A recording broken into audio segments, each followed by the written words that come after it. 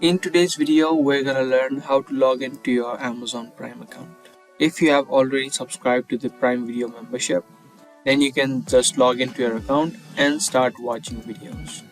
You can log in from a couple of places. Either you can use the website of primevideo.com or you can also use the mobile application. For this video, we're gonna use the website.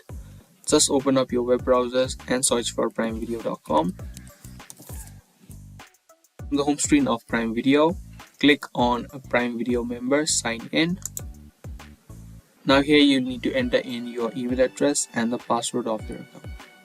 Either you can enter in your email address or your mobile number if you have added in your mobile number. If you don't remember your password, you can click on forgot your password and you can just recover or reset your password by using your email or your phone number. If you want to stay signed in, the next time you open up, make sure you check this box and then just click on sign in. And just like that, you will be logged into your Amazon Prime account. So if this video helped you out, be sure to let us know by giving this video a thumbs up. That's all for today's video and I'll see you in the next one.